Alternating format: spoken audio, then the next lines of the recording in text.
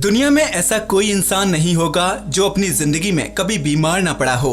लेकिन आजकल मेडिसिन और तकनीक इतनी एडवांस है कि बहुत जल्द ठीक भी हो जाते हैं। लेकिन आप जरा सोचिए कि पुराने जमाने में ना तो ऐसी तकनीकी थी और ना ही ऐसी दवाई। फिर बीमारी को ठीक करने के लिए क्या करते थे? वे ऐसी अजीब चीजों का इस्तेमाल करते थे जिन्हें आप कभी इस्तेमाल नहीं करेंगे। क्या आप मोटापे को कम करने के लिए पेट का कीड़ा खा सकते हैं? हाय दोस्तों, मैं हूं शिवराम सिंह और आप देख रहे हैं रिसर्च टीवी इंडिया। तो चलिए शुरू करते हैं। दिमागी बीमारी मेडिकल साइंस की फील्ड में एक बहुत बड़ी बीमारी है और कुछ साल पहले ही इसे ठीक करने के लिए सही इलाज खोजा गया था। पर आज से 100 या 200 साल पहले दिमागी बीमारी का इलाज करवाना किसी श्राप से कम नहीं था। जो लोग इस बीमारी से पीड़ित होते थे उनका इलाज इस तरह किया जाता था कि वो जिंदा ही नहीं बचते थे। 1936 में अमेरिका में लेबोटमी नाम का यंत्र काफी प्रचलित था। हर साल इस यंत्र की मदद से 5000 लोगों की दिमागी बीमारी का इलाज किया जाता था। इस इलाज में लोगों को पहले एनेस्थीसिया का इंजेक्शन दिया जाता था। उसके बाद उनकी आंखों के ऊपरी हिस्से में लेबोटमी को घुसा दिया जाता था, जिससे कि उसका कांटेदार हिस्सा ब्रेन तक पहुंच जाता था और उससे दिमाग के हिस्से को ठीक किया जा सके जहां पर प्रॉब्लम है। पर इससे इंसान ठीक नहीं होता था, बल्कि वो इंसान और भी पागल हो जाता था। ज्यादातर केसेस में वो तड़प तड़प कर मर जाता था।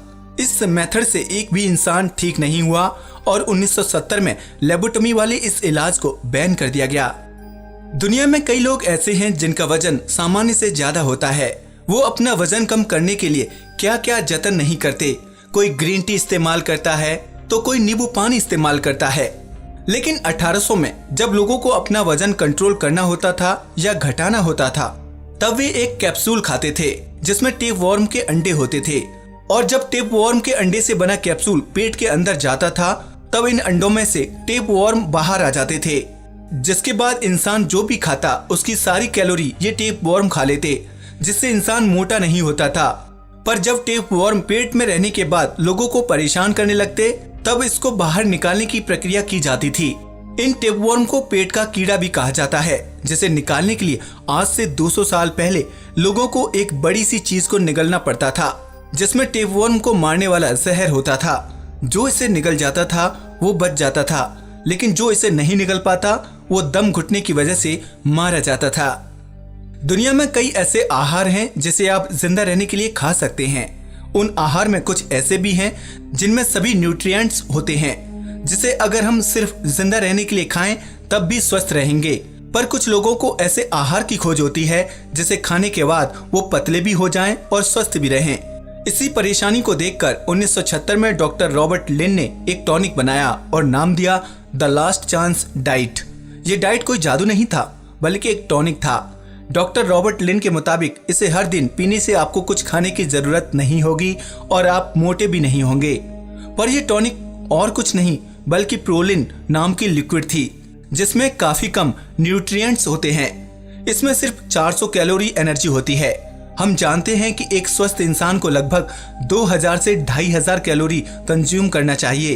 प्रोलिन नाम की लिक्विड को मरे हुए जानवरों में से निकाला जाता था, जो कि किसी काम का नहीं था। पर डॉक्टर रॉबर्ट ने इस लिक्विड को बोतल में भरकर बेचना भी शुरू कर दिया। इससे 30 लोग मारे गए। डॉक्टर रॉबर्ट को इस बेकार की चीज को मार्केट में बेचने और इतने लोगों की मौत का जिम्मेदार मानते हुए गिरफ्तार कर लिया गया।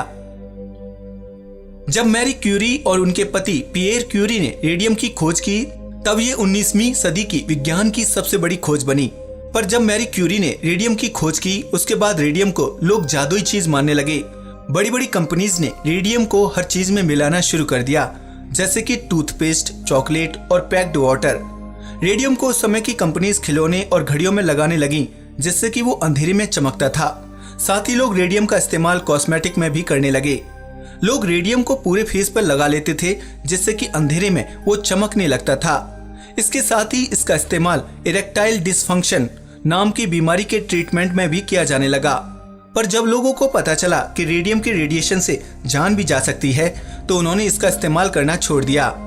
लेकिन रेडियम का इस्तेमाल डेली के यूज में आने वाली चीजों में 1960 में जाकर खत्म हुआ।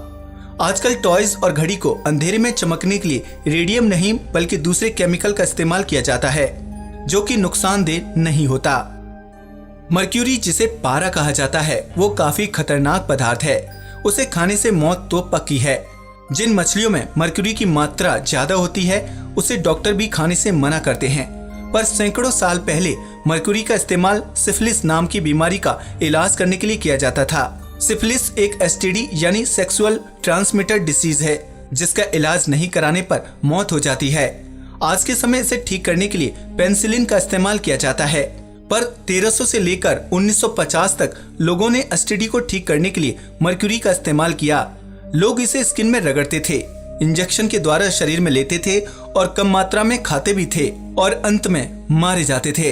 एसटीडी को ठीक करने में मर्क्यूरी कभी काम न आया, पर इसे ठीक करने के लिए आजकल मर्क्यूरियस क्लोराइड का इस्तेमाल किया जा रहा है, जिससे कि मर्क्यूरी को काफी कम मात्रा में इस्तेमाल किया जाता है। दोस्तों, ये वो मेडिकल साइंस के तरीके थे जो बीमारियों को ठीक करने के लिए इस्तेमाल किए जाते थे, जिनमें बचने की गुंजाइश ना के बराबर होती थी। आज के लिए बस इतना ही। अगर वीडियो अच्छा लगा हो तो इसे लाइक और शेयर करें, साथ ही चैनल को सब्सक्राइब भी करें। नमस्कार दोस्तों।